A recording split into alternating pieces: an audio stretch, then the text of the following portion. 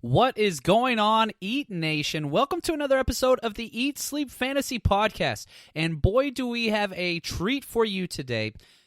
If you haven't been listening to the DFS and Dynasty Podcast with Steve, JJ, and Austin over there, you're making a mistake.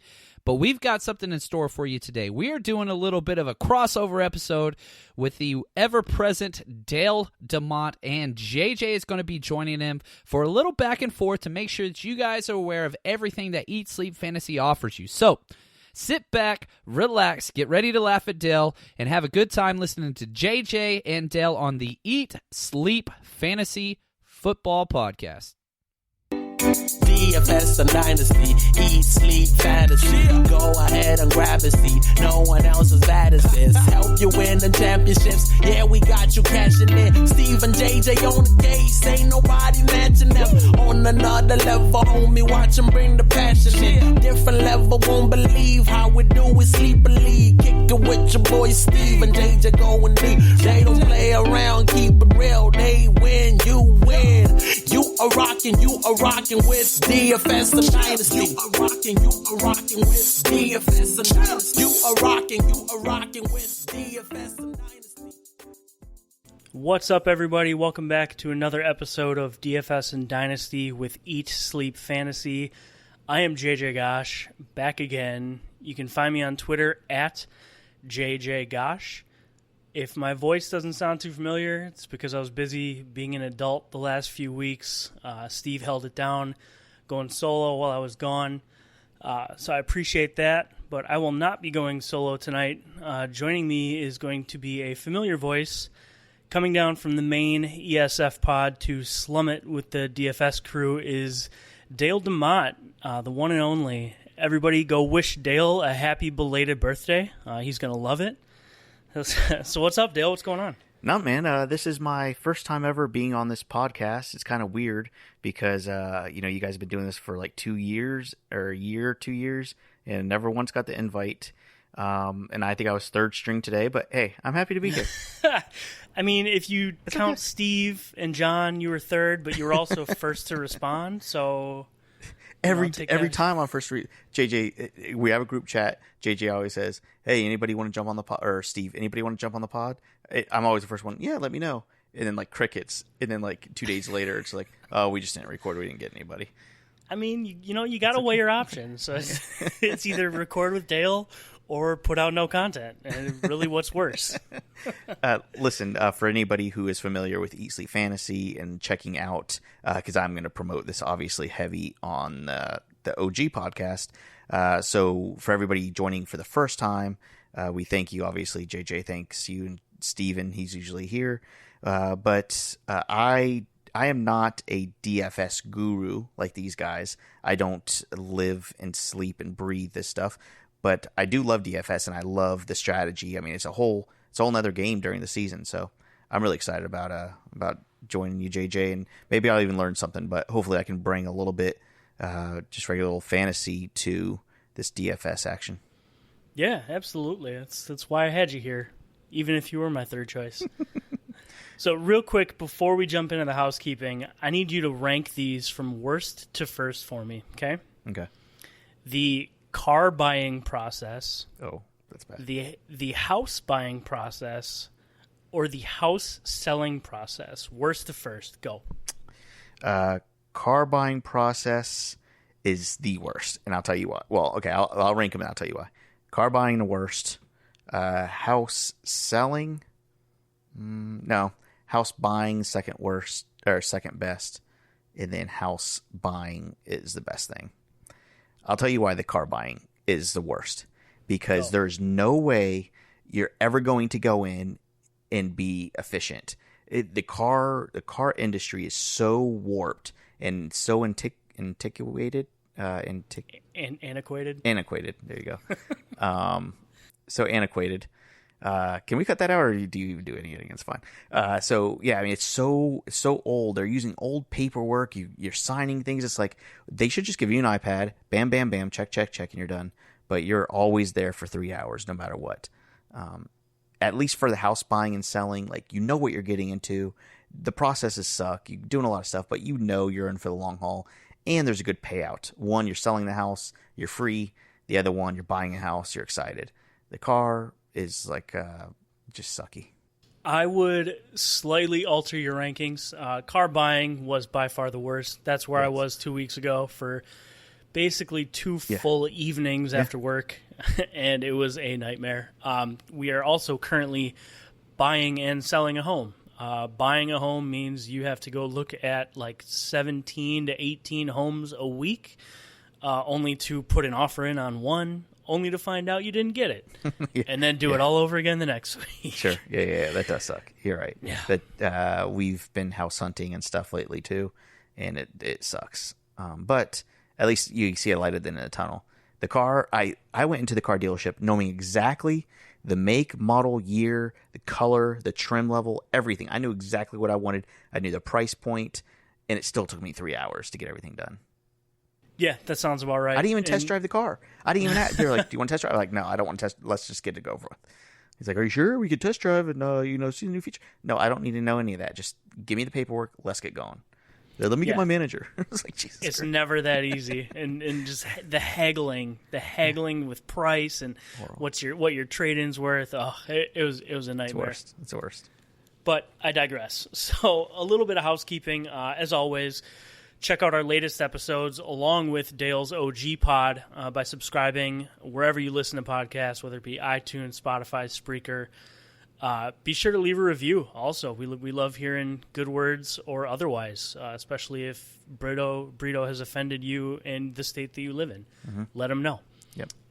And also, along with our podcast, make sure you subscribe to the YouTube channels as well. Dale was just on there, I believe, last night. You went live last night, so be sure to subscribe, get the notifications that we're going live, and pay attention and win some fantasy championships. There you go. Also, eatsleepfantasy.com. It's a website. Go there and subscribe.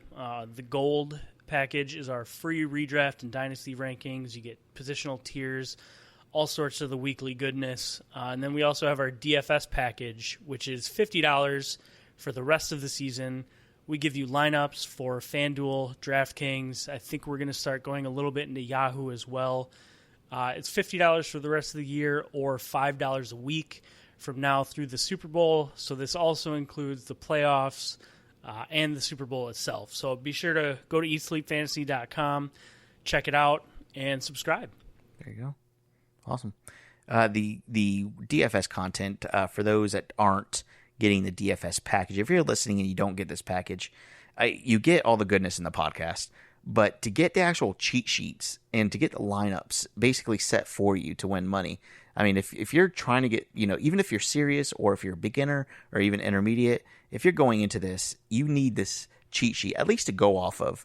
Maybe you don't have to follow it to the T, but when you're looking at all these series of cheat sheets, 2-3 cheat sheets at a week, you can kind of pick and choose and say, oh, wow, whatever. Trubisky, is going to ball this week, and I didn't even think about that. Bam, and you start marking it off. Just use them as a guide at least. It's worth it. You'll make your money back. This is how I know Dale is not a DFS guru, because none of us would play Mitchell Trubisky. As a guy, we got to go through a lot of stuff to make sure that we are ready to be presentable below the waist. And what we have in store for you today is Manscaped.com. Our sponsors today are here to make your life so much easier and pain-free, probably most importantly. If you've ever tried to manscape and clean up your nether regions and somehow nick something or hurt yourself in some way, well, guess what? Manscaped is the product for you. All you got to do is head to Manscaped.com, use promo code ESF. Again, promo code ESF. You will receive 20% off whatever your purchase, plus free shipping. It's better than Amazon Prime. They have everything that you need, all the products, different care packages, and if you order one of the packages today using our promo code, you will also get a free travel bag that is unbelievable. It's a great product, so please head over to Manscaped.com, see what you need to get your life better downstairs. We all want it to look good. This is the product for you. Manscaped.com. Remember to use promo code ESF. But before we get into our lineups, let's jump into a little bit of news. Obviously, everybody should know by now, Saquon Barkley got a high ankle sprain in the game last week. He is going for a second opinion. The initial timeline was 4 to 8 weeks. They would, if that is the timeline, they would probably play it safe and keep him out through their Week 11 bye. That is a killer for anybody who drafted him first overall. Along those lines, the Giants worked out, 3 fill-in at best guys in Zach Zenner, Benny Cunningham, and Fozzie Whitaker. None of those really moved the needle at all. I think for now anyway, it's going to be Wayne Gallman's show, but it would not surprise me if they went out and signed a veteran, kind of a stopgap for a few weeks. Guys like Doug Martin, C.J. Anderson, Jay Ajayi kind of come to mind. Mm-hmm. Dale, you got any thoughts on that? Yeah, no, Wayne Gallman is going to be the one piece that's going to screw a lot of people this week and for the rest of the season, because I think there's way too many high hopes on this. Initially, Barkley gets hurt as a fantasy football player. You're thinking, Gallman's a guy. And then you really start diving deep and realizing that he's really not the guy. And, you mentioned the Gallman show. If Gallman had a show, it would be like Courtney and Kim Take Miami versus the Kardashians. Like, not nearly as good. The scripts are a little bit too rigid. You're not going to watch it. You're right. I don't want to watch the Gallman show. But for now, he's all they got. Yeah. I mean, I think he's... And I heard something earlier today that he is literally the least efficient pass-catching running back since he entered the league. And that's where Saquon thrived. So if you're plugging in Gallman expecting Barkley, you're going to be very disappointed this week. So Shady McCoy, speaking of ankles, aggravated his ankle injury in last week's game. He did not return. He should be fine, but in the interim, it's going to leave Darrell Williams and Darwin Thompson because Damian Williams is not likely to return this week. So personally, I think Darrell Williams is going to be in for a huge workload if Shady and Damian can't play. Everybody was on the Darwin Thompson hype train this year, but Darrell Williams really showed out when given the opportunity last week. I mean, he had 9 rushes for 62 yards, and he caught every single one of his 5 targets for 47 yards. If he's the starting running back on a Kansas City offense, yeah, absolutely. Fire him up in all of your daily lineups. And if you can go get him on the waiver wire, get him in your seasonal lineups. Yeah. This is an interesting one because really we don't get a situation like this very often where whoever the starting running back is going to be fire. Like, it doesn't matter who it is, Darrell, Darwin, Damian, it doesn't matter, Shady. Whoever is going to get that starting role is going to light it up. It's just whatever name's on top and which, who's going to be trusted most. It looks like if Darrell is out there, he's awesome. He seems way better than Darwin. Really, everybody was just hyping up Darwin because we just thought it was next man up, right? And it's not based off of talent or anything. It's just based off of whoever the guy is going to be awesome. So if Darrell has a chance this week to show his talents like he did last week, I think he has a good chance even to pull ahead of Damian Williams. He very well could. I mean, Andy Reid trusts Darrell Williams, and that goes a long way when you look at a coach who has always utilized like a lead back in his offenses. So if he's earned his trust and he shows out again, it wouldn't surprise me if he just leapfrogged everybody and was a starter going forward. And he gets the Lions this week, so it's not like it's the toughest matchup in the world. Yeah, exactly. So JJ, really quick, I don't mean to take over here, but I know Vance McDonald is in a sling. He is obviously injured and questionable for next week moving forward. But we just got an alert. I don't know if you got the same one as we were recording. On SleeperBot. Yeah. That Seahawks are sending Nick Vannett to the Steelers. So what does this say about Vance McDonald's future? Yeah, I mean, he was in the news. He's in a sling, so it's clearly not looking good. Nick Vannett was drafted in the 3rd round, so there is some draft capital that goes with that. Obviously, the NFL saw something in him, so if he can if he can, prove to be any sort of the athlete that McDonald is, he could be in for a big role when you saw how much Mason Rudolph used McDonald in his first game or when he took over for Big Ben. Mm-hmm. Yeah, absolutely.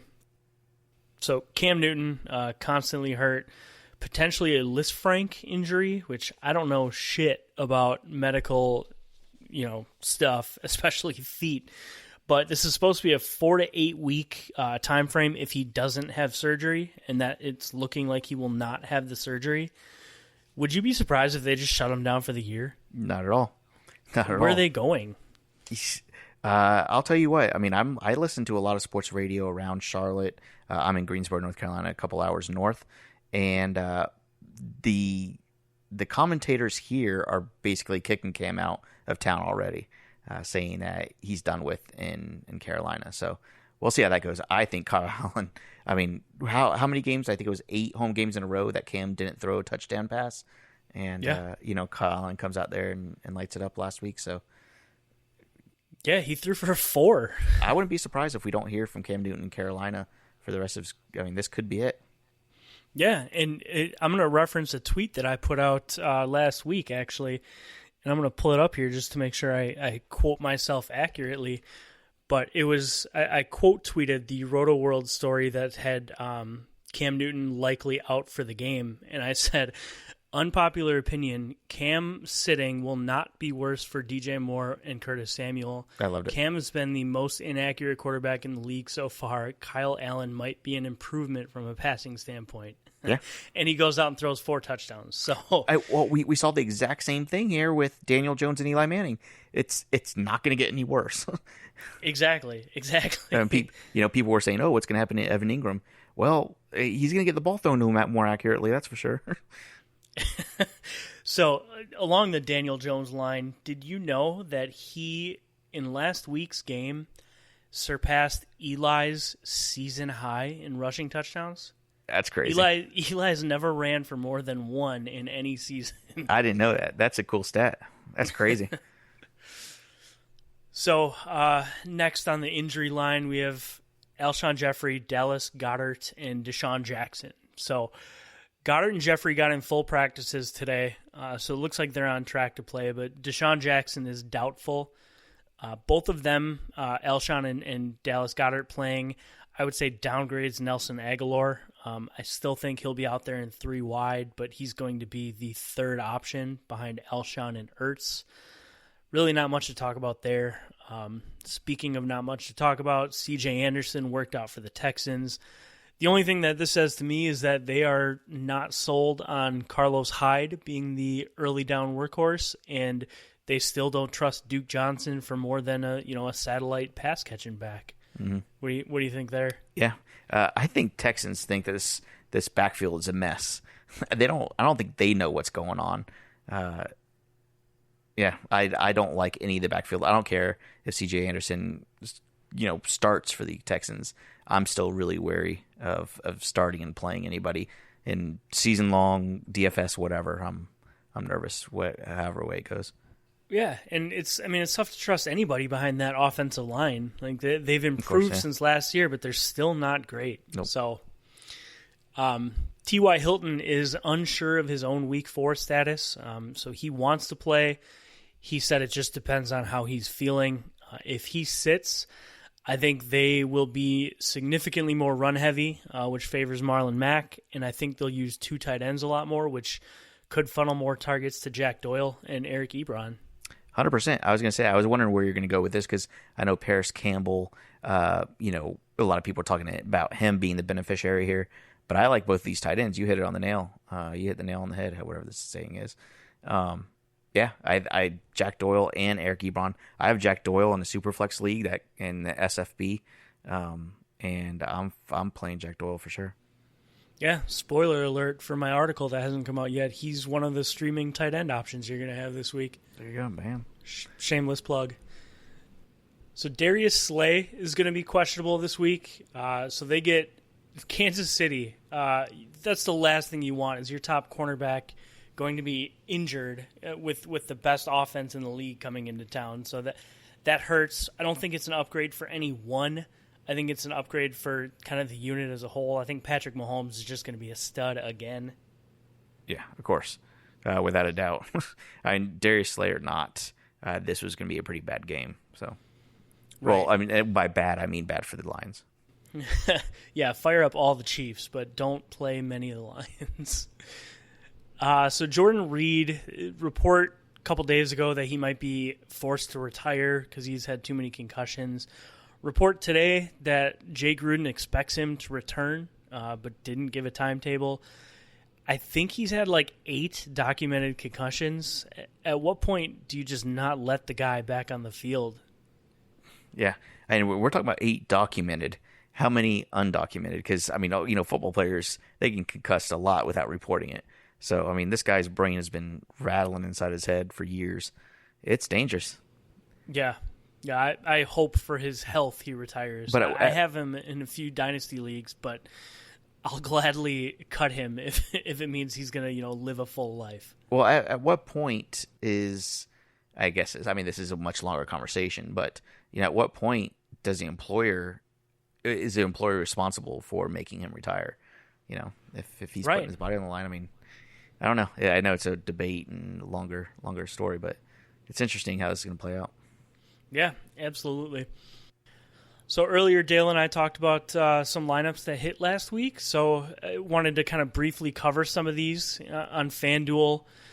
We had a line that had 162 points.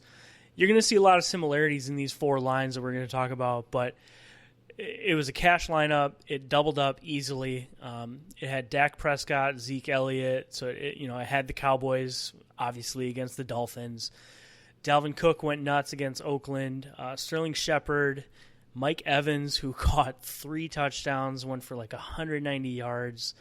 Larry Fitzgerald, George Kittle, Frank Gore, and the Cardinals defense got you 162 points. 172 points over on FanDuel, almost 173. Had a fair amount of the same people. It had Dak and Zeke and Evans and Fitz. Where it altered a little bit was it had Mark Ingram, who ran for 3 touchdowns. Randall Cobb didn't do much, but with the rest of this lineup, he didn't need to. Austin Hooper had a good game. Devonta Freeman and the Cowboys DST. Over on DraftKings, we had a few lineups hit as well. This one had a little bit of a Houston stack. It had Deshaun Watson, DeAndre Hopkins, Duke Johnson. Johnson didn't do much, but he came back with Keenan Allen, who had another monster game. Side note, Dale, I don't know about you, but I think Keenan Allen could finish as the overall wide receiver 1 this year. That's probably a bit of a hot take, but he's seeing so many targets. Yeah, it's bold, but he can do it. Yeah. So this one also had George Kittle, and then I brought it back with the New England defense with Rex Burkhead. In tournaments, I almost always like to stack my defense with a running back. And in our DFS chat, I immediately texted the group when I said Burkhead hit value after he got his touchdown. Steve was pretty upset at that one. But another monster DraftKings lineup had the Winston Evans pairing, also had O.J. Howard, but then Chris Carson didn't do much. But Zeke Elliott, Mecole Hardman, Curtis Samuel, and Dallas defense all had pretty big games. So that's just a little bit of an example as to what we bring you on a weekly basis. So we had 2 lineups over 160 on FanDuel. We had 2 lineups over 180 on DraftKings. Obviously, DraftKings being full PPR does change things a little bit. But now I want to look into this week, and we're going to start by telling you who isn't on the main slate. So bye weeks is going to be San Francisco and the New York Jets. You likely weren't playing many of them anyway. But the Thursday night game is Philadelphia at Green Bay. Sunday night is Dallas at New Orleans. Monday night is Cincy at Pittsburgh. So what that means for you is on the main slate, you're not going to have Carson Wentz or Zach Ertz. You're not going to have Aaron Rodgers or Devontae Adams. You're not going to have Dak, Amari, Zeke. You're not going to have Alvin Kamara, Michael Thomas, Juju, James Conner, Joe Mixon. So looking at this player pool, it's really kind of ugly, but I think that's going to make it a little easier to build your lines. I mean, what do you think about all the players you're not going to have? Does that concern you a little bit? No, I kind of like weeks like this because it's taking the it's making you think a little bit more, and I think you have to dive a little bit deeper, and you can get a much big bang for your buck here, and especially with guys like, I know you have in your notes, guys like Kyle Allen, Darrell Williams. Those guys are going to help you win this week because you don't have the crutches of the big names that you just mentioned. Right. Yeah. So if you want to look at some of my, and I haven't done a deep dive, obviously it's Tuesday, so the pricing was just released. But at quarterback, and really at any position, I just hate going in like the mid tier. So I don't want a quarterback who's going to cost me, $6,800. I either want to find one that's going to be, close to $6,000, or I want to find one that's going to be, paying up for one. So looking at the cheaper options, you have Kyle Allen. Depending on what site you're looking at, he's $5,200 on DraftKings, $6,800 on FanDuel. Matt Stafford is $5,500 on DraftKings, $69 on FanDuel. Nice. Daniel Jones, I think he is going to be in everybody's cash lineup, so he's going to be very chalky. $5,300 only on DraftKings, but $7,300 on FanDuel. Kyler Murray and Josh Allen kind of round out the cheaper targets that I'm looking at. But this week, I'm going to pay up. I'm going all the way up to Patrick Mahomes. He's going to cost you $7,500 on DraftKings and $9,200 on FanDuel. I don't care. He's going to get you at minimum 25 fantasy points. That's more than going to crush his value. He's a cheat code. When is he not going to throw for 3 touchdowns and 300 yards? Yep, especially against this Detroit defense. Yeah, Steve knows all about it, and he'll tell you the same thing. Looking at the running back position, actually, before we get into running backs, Dale, did you have any comments? Was there any other quarterbacks that you were targeting? No, guys like Kyle Allen, Kyler Murray, Josh Allen, these are the guys that you can lean on weeks that, with these guys, with the teams out of the main slate. I get the Mahomes pick. I think this week I'd be a little bit more contrarian because of, these lower owned guys. Yeah, absolutely. In tournaments and GPPs, I will 100% be contrarian, but in the cash game, sure. Yeah. I'll definitely eat the Mahomes chalk. Gotcha. Yeah. I had Steve send me, since he couldn't be on, I still wanted him to contribute a little bit, so I had him send me one cash lineup on DraftKings and one on FanDuel, and his quarterback on both was Phillip Rivers. So he's attacking Miami, and rightfully so, but he's also an option. He'll be $6,200 on DraftKings and $78 on FanDuel. So jumping on over to the running backs, we talked about him briefly, but Wayne Gallman, he's gross, but he should see at minimum 15 touches, and he's only $4,600 on DraftKings and $58 on FanDuel. So he's near the bottom of the barrel for price. If he finds the end zone once, he's going to hit his value. So he's in play for cash. You just talked about Darrell Williams. He's super cheap as well, but the only way I'm playing him in cash is if we find out that McCoy and Damian are out. Both? Just clear that up. You want both of them out? Yes, I do. It's not one or the other? Correct. Okay. If Damian is out and McCoy is limited, I might be into him in cash, but at that point, I think he's a better tournament play. Okay. Sticking in the same game, Kerryon Johnson. You look at games with high, over-under, high game totals, and Kansas City, Detroit has the highest. So points got to come somewhere. If they come from Detroit, I like Kerryon's chances of contributing. I'm so conflicted with Kerryon Johnson this season. You saw him last week. Would he have 20 carries for 30 or 40 yards? Just under 2 yards a carry, which is horrible. But we saw and I know Baltimore's a totally different team than Detroit, but we saw how dominating Baltimore was against that Kansas City front line defense. So if you could do anything against Kansas City, is to keep the ball out of Patrick Mahomes' hands and run the ball as much as you can. And Kerryon Johnson is the only guy that's going to run the ball. He dominated last week. I think he had 20 attempts compared to I'm blanking on his name right now, but he had like 1 or 2 attempts So Carrion's a smart play here. Yeah, he's going to be their workhorse, and like you said, I mean, you saw Mark Ingram get him for 3 touchdowns. So the way to beat Kansas City is try to keep the ball out of their hands, and Carrion's going to be a key in doing that. We touched about the Colts a little bit earlier. If T.Y. Hilton is out, I really like Marlon Mack. I think they're going to lean heavily on that offensive line, lean heavily on that run game. Marlon Mack is 6,100 on DraftKings and 73 on FanDuel, so he's in the mid to lower price tier for running backs.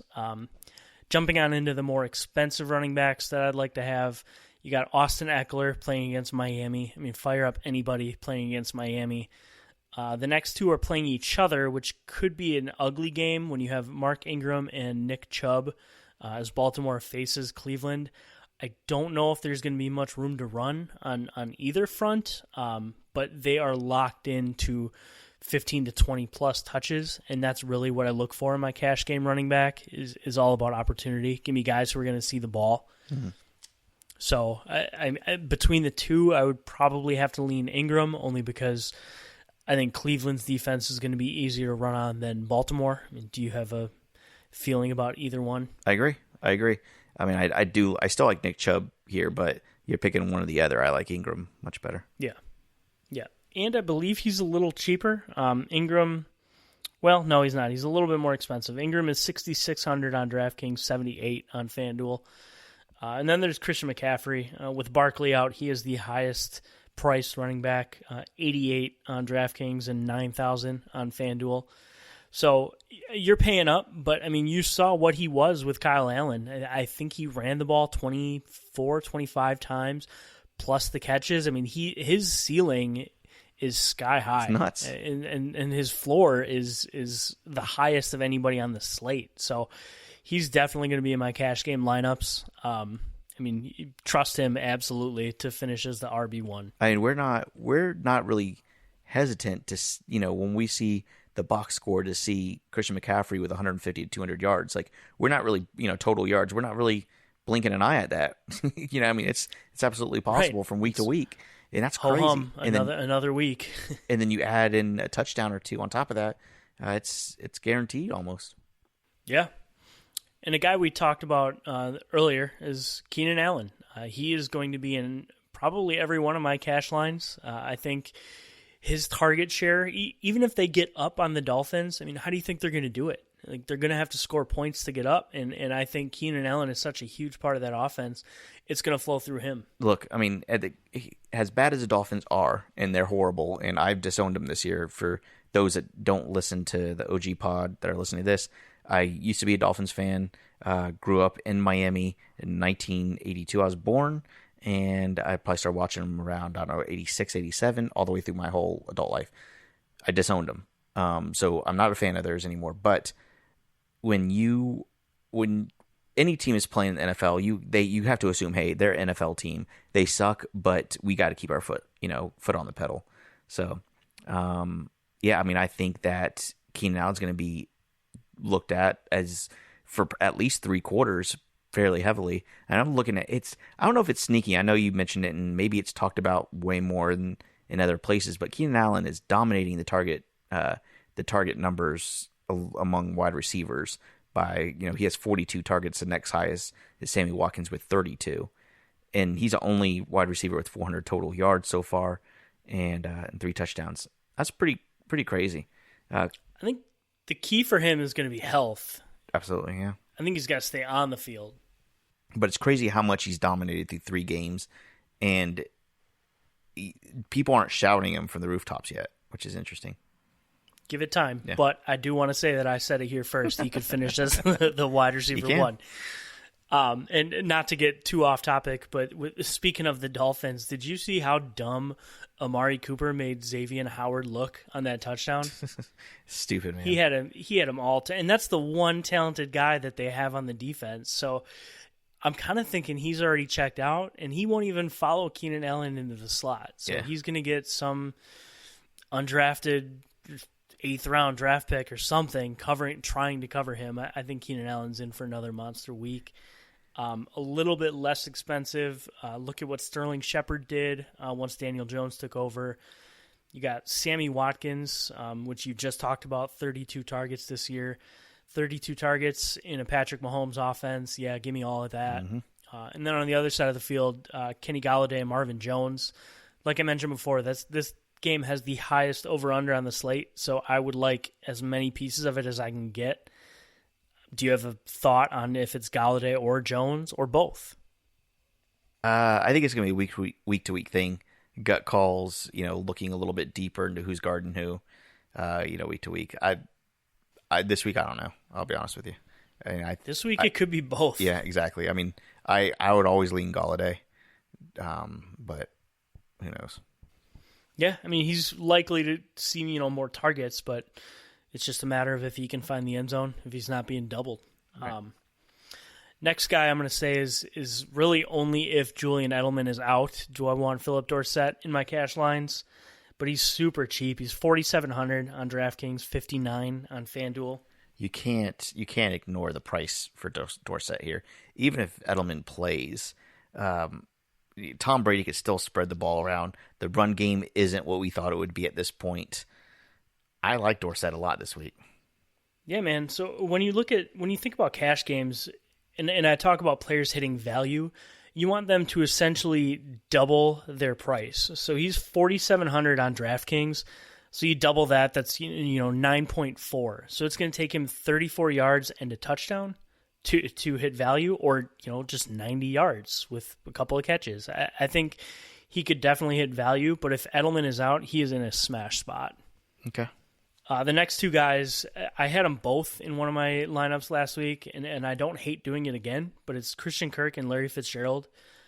The Cardinals play at the fastest pace of any team in the NFL, so if they're going to continue to play as fast as they are, that's going to mean more targets for the wide receivers, and Kyler Murray shows that these are the two guys that he trusts. Like Keyshawn Johnson or some other guy might see a long touchdown here or there, but week to week, drive to drive, I mean, these guys are the ones that are going to be seeing the majority of the targets. So, yeah, I'll take one or both.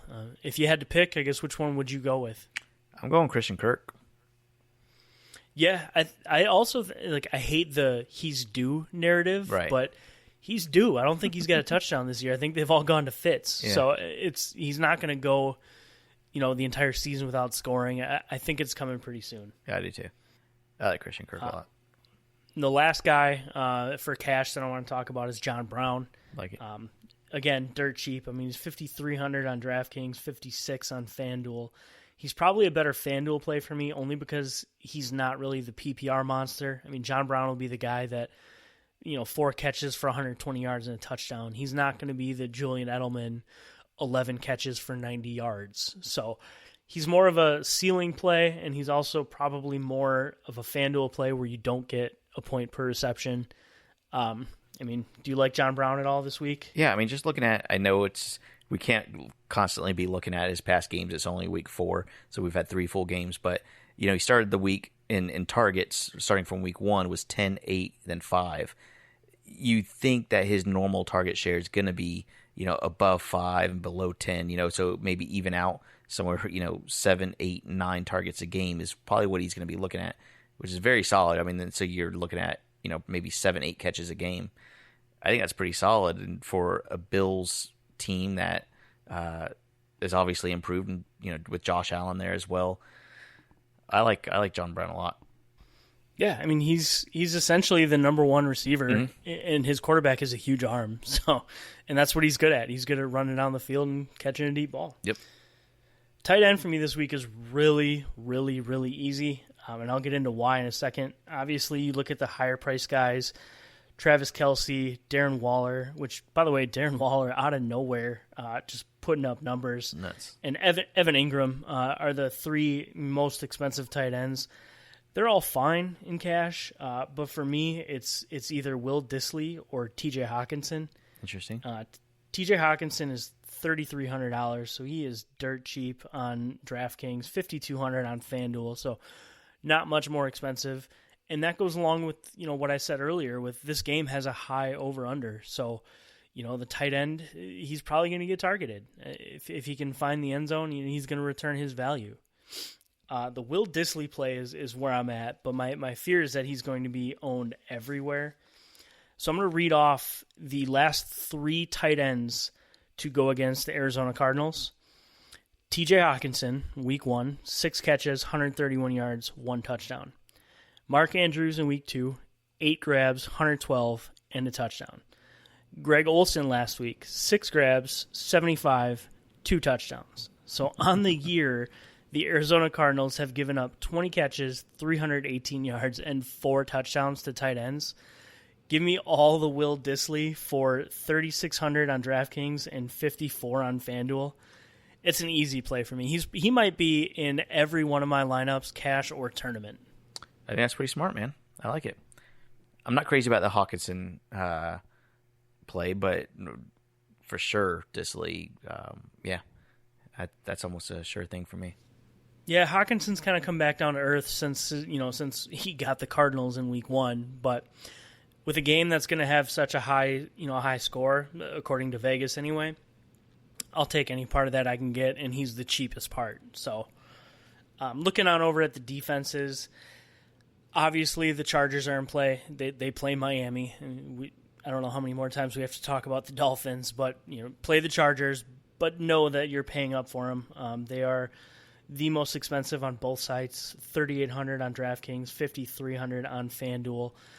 I actually like Tampa quite a bit, and I know they play at the Rams, but they get turnovers and they get sacks, and that's all you need is one of those turnovers to turn into a touchdown, and they are going to crush for your daily team. Sure.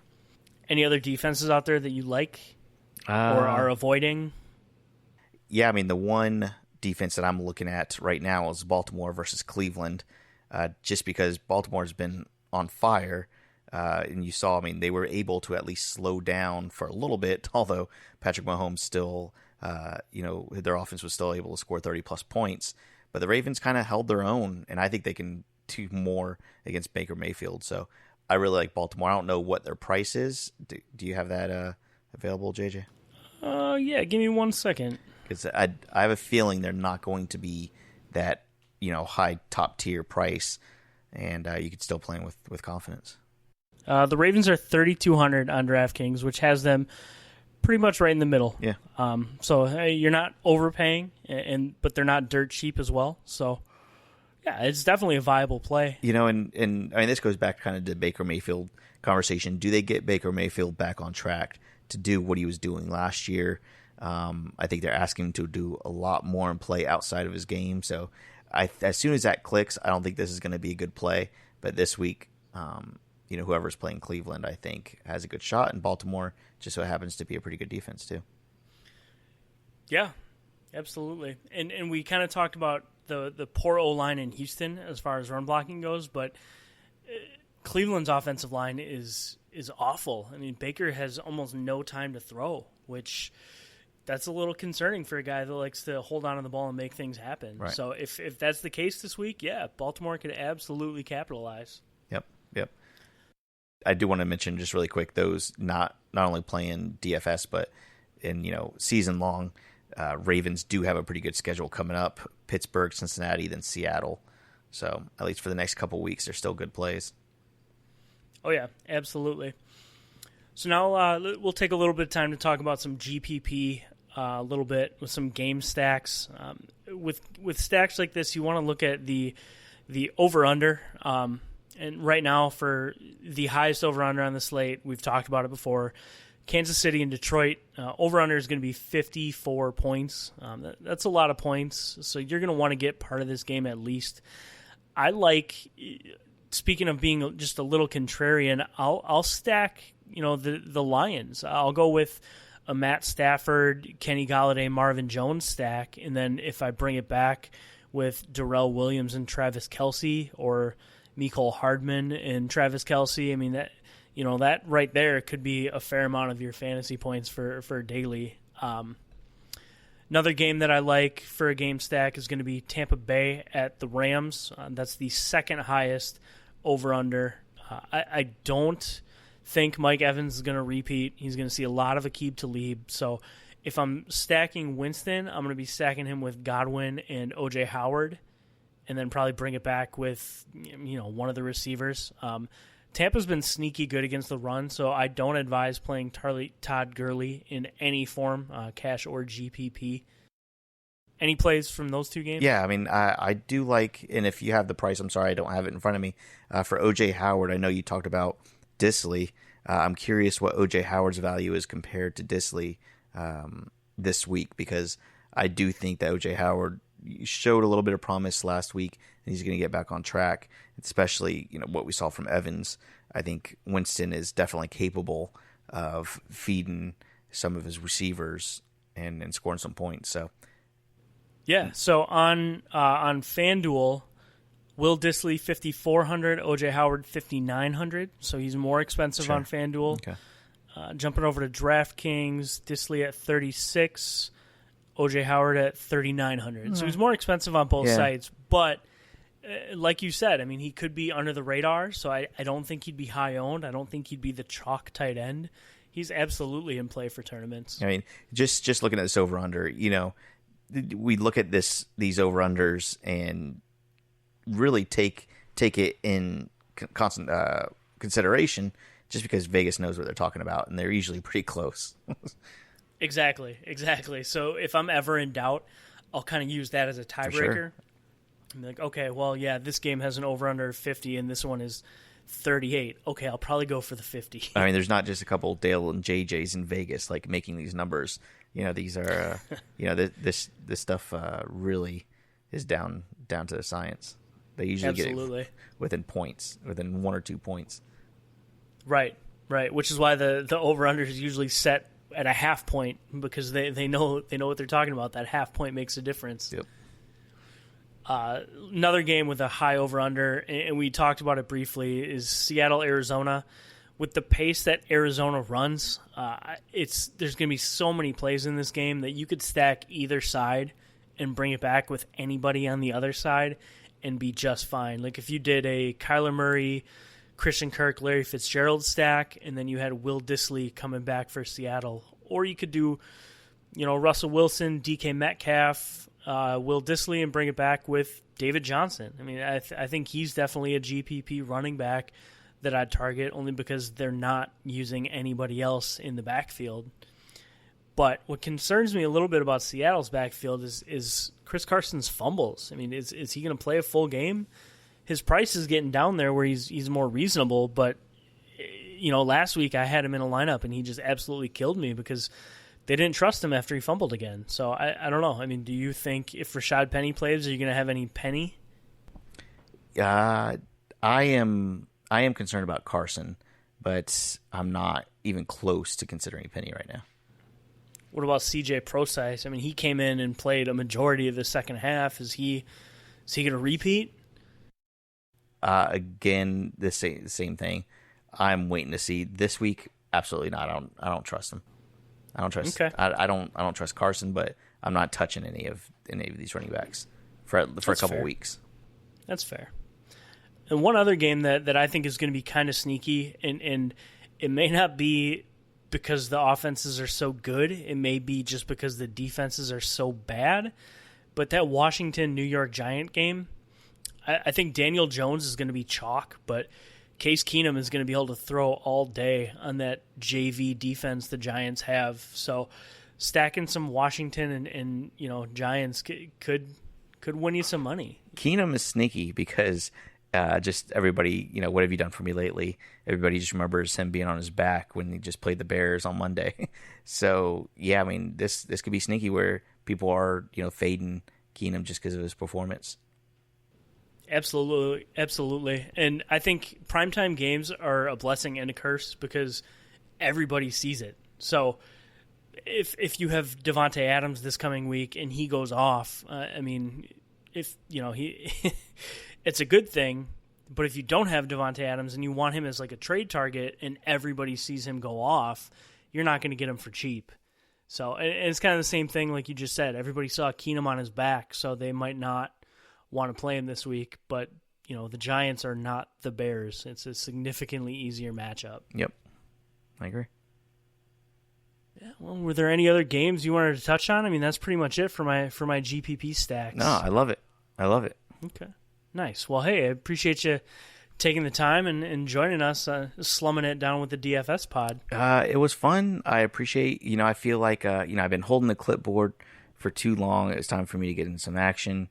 I took off my earbuds and got in the game. It feels nice. So, are you saying that you're our Daniel Jones? Hey, I didn't say it, but, I want to bring it back to Miami, so I'm going to call you our Josh Rosen. Josh Rosen might be the only thing good in Miami right now. That hurts. That hurts anybody from Miami. Don't let Brito and Armando know you said that. Well, what I'm saying is, look, Fitzpatrick's there. He's a journeyman anyways. He doesn't give a shit. Then you have Josh Rosen, bright-eyed, bushy-tailed. He wants to make an impression. He actually wants to win. Everybody else just wants to either get traded or, just there. Josh Rosen wants to win it, but ownership doesn't. Yeah, and I'm not going to. I guess I can appreciate. I'm not going to support a team that cannot, that does not support winning. But what if they're following the Cleveland Browns tanking model, where they just suck for 4 or 5 years and then stockpile first rounders? As a business, I get it. As a fan, I'm not buying it. I'm not going to, fill their pockets with merchandise money and TV rights money and all that stuff. I'm not going to do it. I'm not going to be part of that. So they could do what they want, and I get it. As a business owner, if I was a business owner, I would probably do the same thing. Long-term success, but as a fan, no, nope. So I'm looking for a new team. I don't know who it's going to be yet. I kind of like the Bears. Because, get out of here! I mean, they're not there yet, but they're good enough to root for. No, they're not. The Packers, I'll just look like a bandwagon jumper if I get on the Packers. We accept those up here. You can jump on this bandwagon. There's plenty of room. I don't want to be a bandwagon jumper, so I'm stuck in between a rock and a hard place because I don't want to just jump on a shitty team because then it just looks like I'm just going for a crappy team. But at the same time, I can't be a bandwagon jumper, so I got some work to do. I'll figure it out by the end of the season. Well, good luck, Dale. Where can they find you on Twitter? Follow us on @EatSleepFF, our website, eatsleepfantasy.com. There's all kinds of good stuff. We have a lot of good stuff coming up. All of JJ's articles are all put on the website all the time. And, @EatSleepFF on Twitter. Or if you guys want to get into the private group on Facebook, Eat Nation Private Group. It's good conversation there. A lot of good people in that group. So join it. Yeah, absolutely. And be sure to follow the pod on Twitter. It's @ESFDD. Follow myself @JJGosh, and follow Steve @SSPAC21. That's SSPAC21. We got to get Steve to change his name. We were working on it a little bit. He doesn't want in the to. Chat. He doesn't want to, and I kind of want him to stick to his guns, but I do like Canadian Clayton. Canadian Clayton's good. JJ Gosh might be the best Twitter handle in all of Eat Sleep Fantasy's umbrella because it's just simple. Kind of hard to name. screw that up. There's no underscores, there's no numbers, there's no nicknames. It's just your name, JJ Gosh. That's all I'm asking for. I appreciate that, and you just said I was the best in the ESF umbrella, so we're gonna cut it right there. Dale, thanks for joining us today. As always, follow everybody on Twitter, follow Steve on Instagram. Don't hesitate to slide into the DMs with some questions. But till next time, be easy. It's all the fantasy football action that you need.